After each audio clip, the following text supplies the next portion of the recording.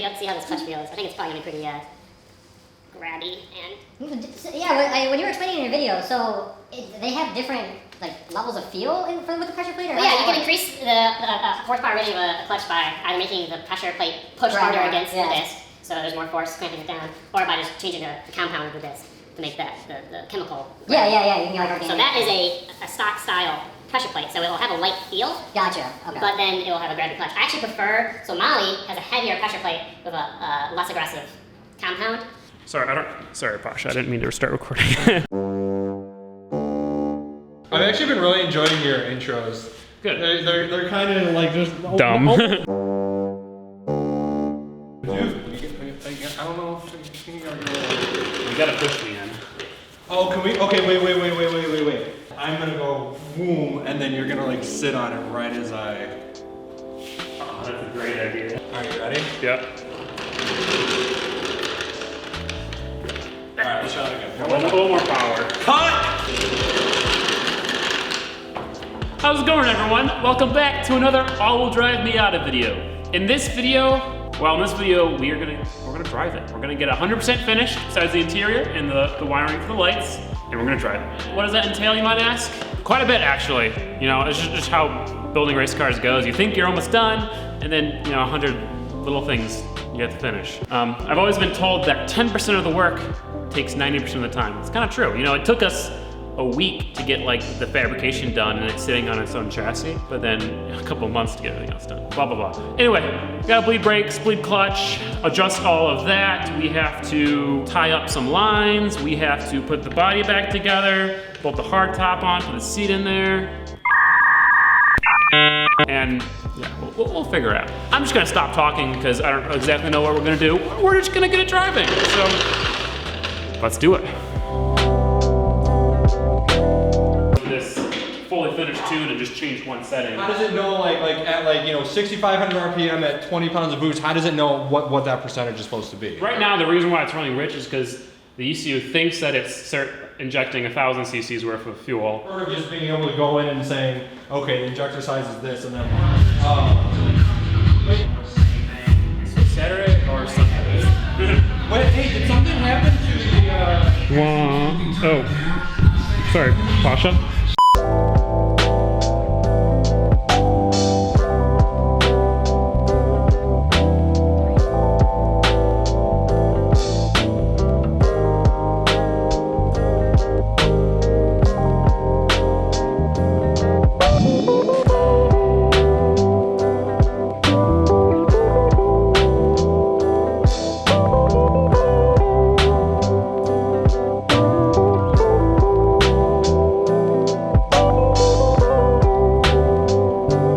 So previously we had a compression fitting joining the front brake line to the rear brake line just because we wanted to drive it. The compression fittings are kind of sketchy, and I'm pretty sure they make the brake pedal feel weird because no matter how much we butt it, it's still spongy even though we have stainless lines all around. So went ahead, put the new fittings on, and we're replacing it with a proportioning valve. So this will get rid of the sketchy compression fitting and will also allow us to adjust the brake bias. So since we have larger front brakes, we want to, I think, send more fluid to the rear or to the front.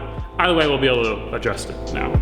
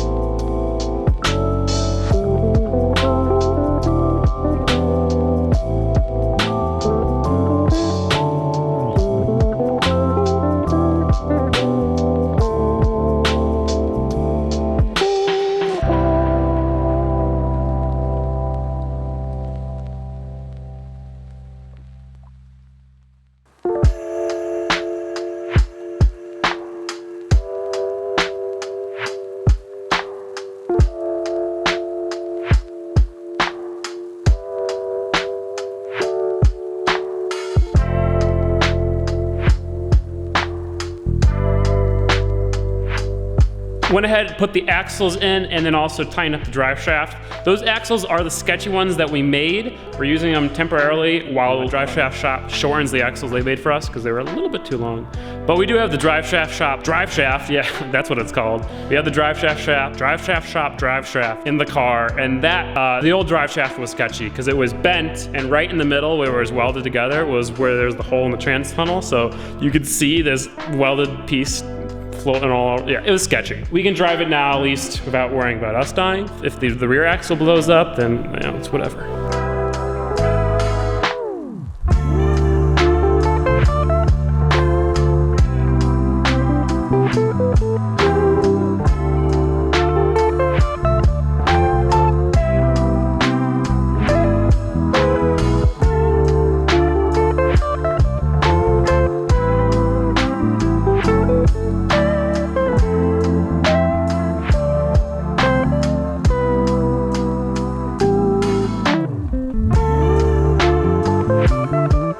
As you can tell, it's fully assembled. So, first of all, it looks so freaking awesome.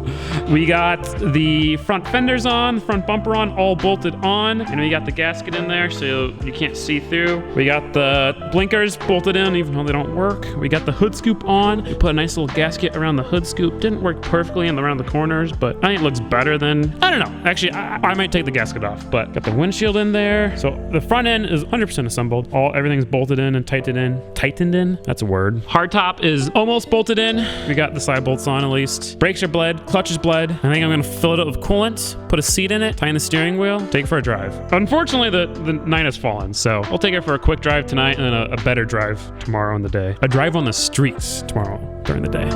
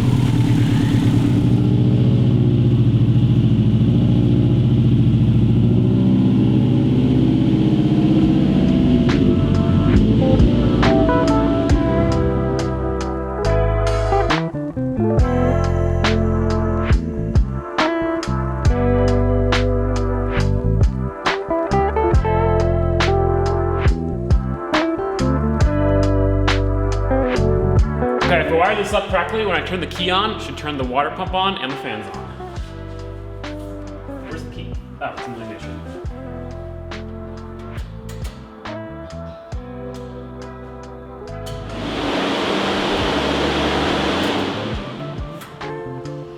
Cool. So I went ahead and did an oil change, and then I did some wiring. So previously, the external water pump and the fans, all the cooling system stuff, were on switches. So you turn them on with a switch, turn them off with a switch. That was fine. The problem is that you can't have them always on. If they're always on, it actually makes the car overheat because it prevents the thermostat from opening. I went ahead and wired the fans and the water pump into the ECU.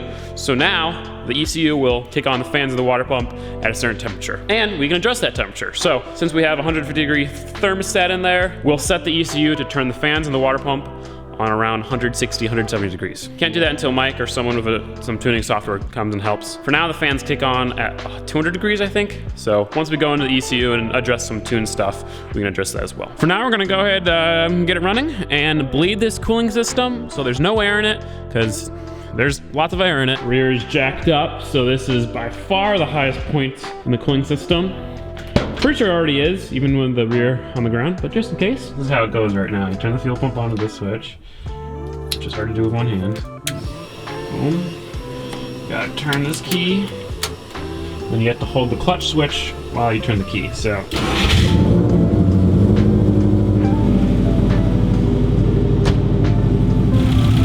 Have a little bit of the power steering fluid squirting out because I tried to bleed it when the cap was open.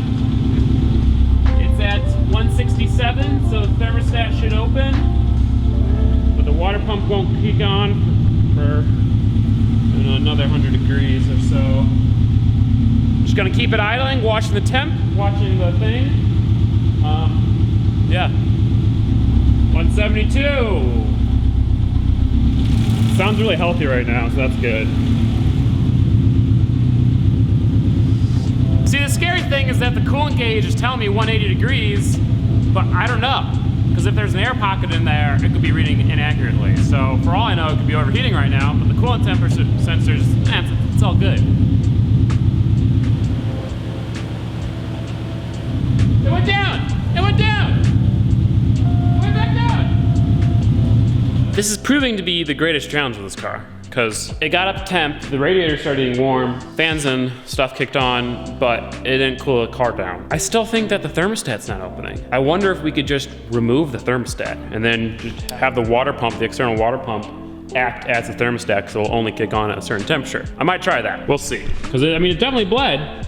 Definitely bled. I think it's just the thermostat's not opening. So this is how I know the thermostat's not opening, right? So let me give you like a brief walk around as to how the cooling system is plumbed, right? So we got the engine right here. This is where, right down that line, it's where the hot water from the engine comes out, goes down, and it goes to the top of the radiator up here. It goes right there. So this is warm. The hot engine, or the hot water from the engine is getting up here, so that's good. But you work your way down to the radiator, keep going down, so then the water goes into the turbo, the electric water pump, and it goes back, and it goes back up to the thermostat right here. Now, this line, the thermostat, it's cold. I mean, it's lukewarm, but it's certainly not 150 degrees. So since there's so much volume of water in this, and since the thermostat is so far away from the hot engine, or the hot water coming out of the engine, even though it's on the engine, it still has to go through the radiator all the way back before the hot water gets there. Since it's like that, this line running to the thermostat, and the thermostat itself is not getting hot enough because the heat isn't transferring all the way through the water. And the water pump doesn't pump the water when the thermostat is closed. So I'm thinking if I remove the thermostat, then when I turn on the water pump, it will actually be able to pump the water through and cool everything off and heat the other water up. The only thing that's concerning is will it be too much? Typically when you remove a thermostat from a car,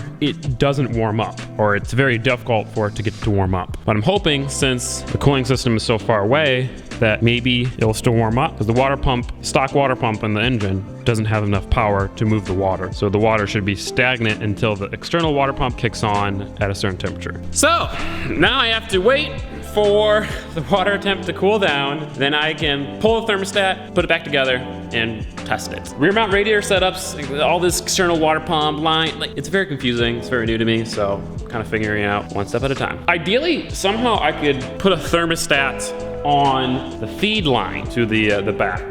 I think that would work really well, but I don't know how I would do that. I think I would have to get some sort of inline thermostat, which that exists. But for now, I think removing the thermostat is definitely the best bet. While I wait for the coolant to cool down, I'm gonna do an oil change on the truck, because I have not done an oil change since we put the engine in here. The oil that's in there is the oil that we put in when we put the engine in, which was over a year ago, so thanks. But it's a Lexus engine, so it's fine, you know? It's fine.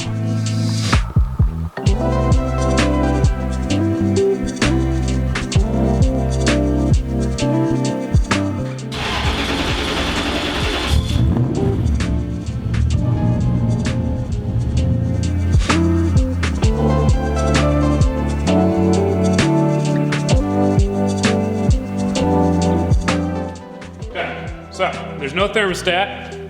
So I turn the heat down, see what happens.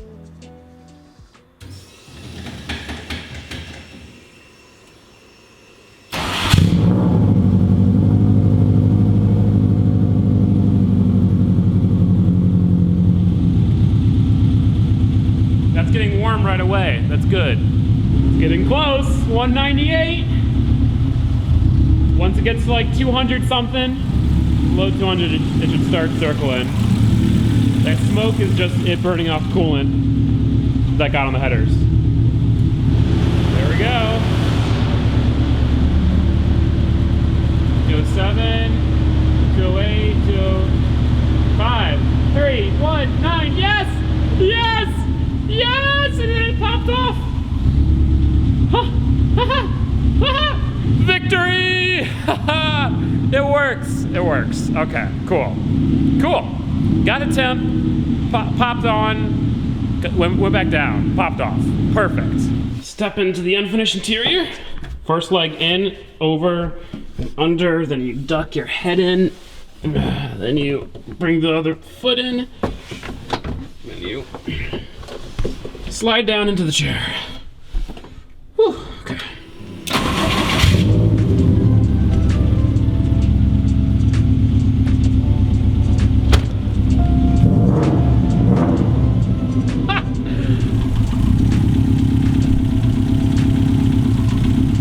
Look at this paint.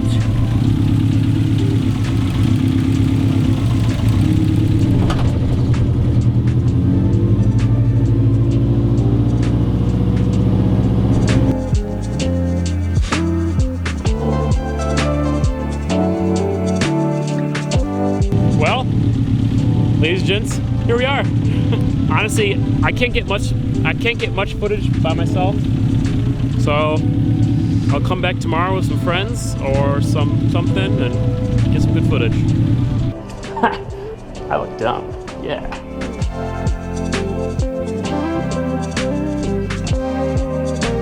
Got the mirrors on. Talk about a nice quality product. The only two holes that come on this thing don't wind up with anything. No license plate for now. Hopefully you guys can see okay and hear okay. It's probably pretty loud. So the tune is still way off because the ECU thinks it's got 1,000cc injectors, but it has 1,500cc injectors. Also, this audio quality is going to be terrible, so I'm sorry, but I'm trying. But even though the tune is off, the ECU does correct decently, so it's still safe to drive around. Let's have some fun, shall we? I fixed the brakes so that they're not sticking anymore. So this thing coasts nicely. Do gotta bleed the brakes more, but this is so exciting. Everything's working.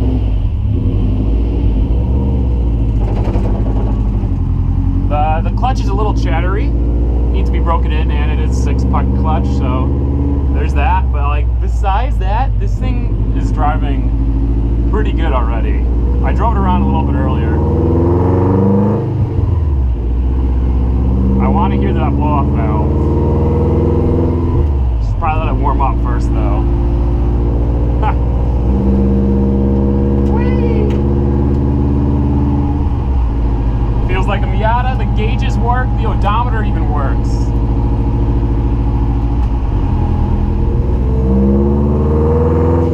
Oh, I heard it a little bit. The blow-off valve. It hasn't even gotten hot enough where the fans have kicked on yet.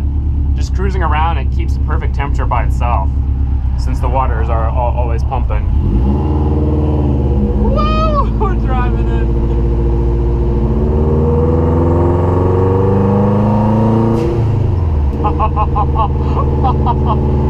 It's like, 3,000 RPMs, like 20% throttle. To a 5. And then click. Fans popped on. Oh, sorry, there's a person behind me.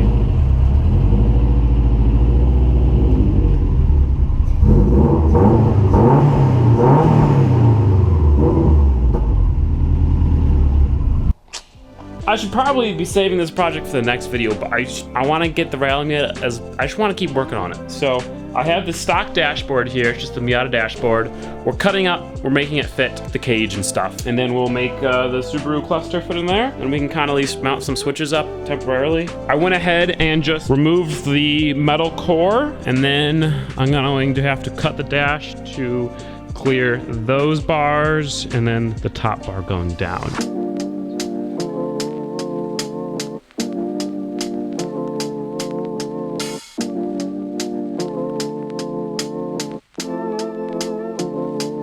Mike is here, and he is adjusting some of the basic tune stuff. So we're making sure that the ECU knows that it's got new injectors, it's got a new turbo. We're going to delete as many of the check engine lights as we can, which there's only 3, so. And we're just gonna get idling right, we're gonna get it driving around right. How much of a difference will this turbo make in terms of like, you know, partial throttle, partial boost tune? Like, will I still be able to get into like a little bit of boost and it'd be similar-ish?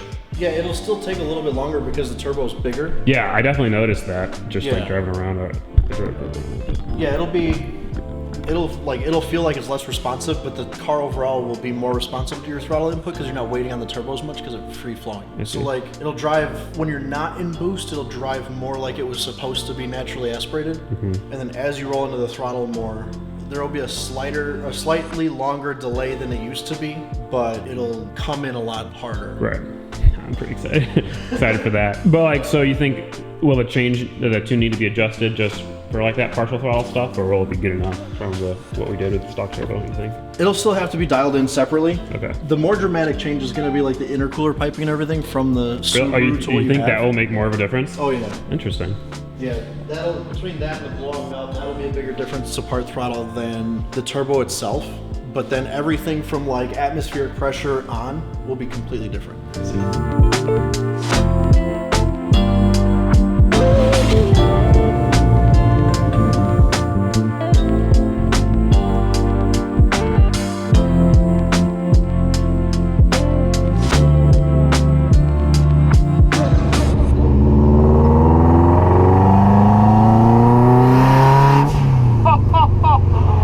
Oh my gosh.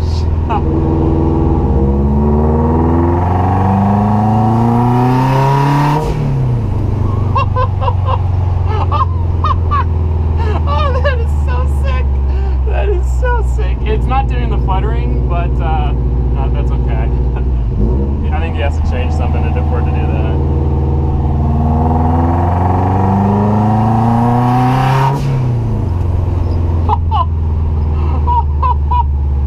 That wastegate, man!